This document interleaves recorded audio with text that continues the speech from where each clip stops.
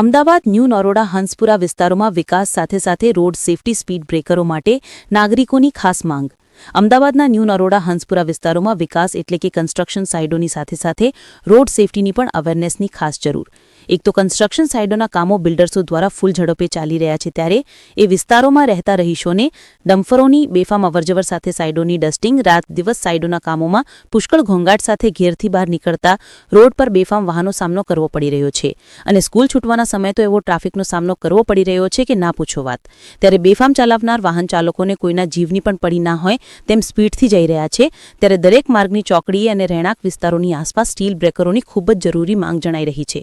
અવારનવાર આ speed breaker વગર વાહનોના અકસ્માત અને શાળાએથી લઈ જતા કે લઈ આવનાર બાળકોના માતા પિતાના સાથે બાળકોના જીવના જોખમોનું જવાબદાર કયું તંત્ર ગણવું, એ જ સરકાર સામે એક પ્રશ્ન જ છે। શું કોઈ માતા પિતા કે બાળકના જીવ ગયા પછી જ કામો થશે કે એ પહેલા જે તે આ સેફટીને લઈને લાગતા વળગતા તંત્રની આંખો વહેલી ઓગળી કામ સત્વરે થશે? એ જ એ વિસ્તારમાં રહેતા જાગૃત નાગરિકો અને રહીશોની ખાસ માંગ છે।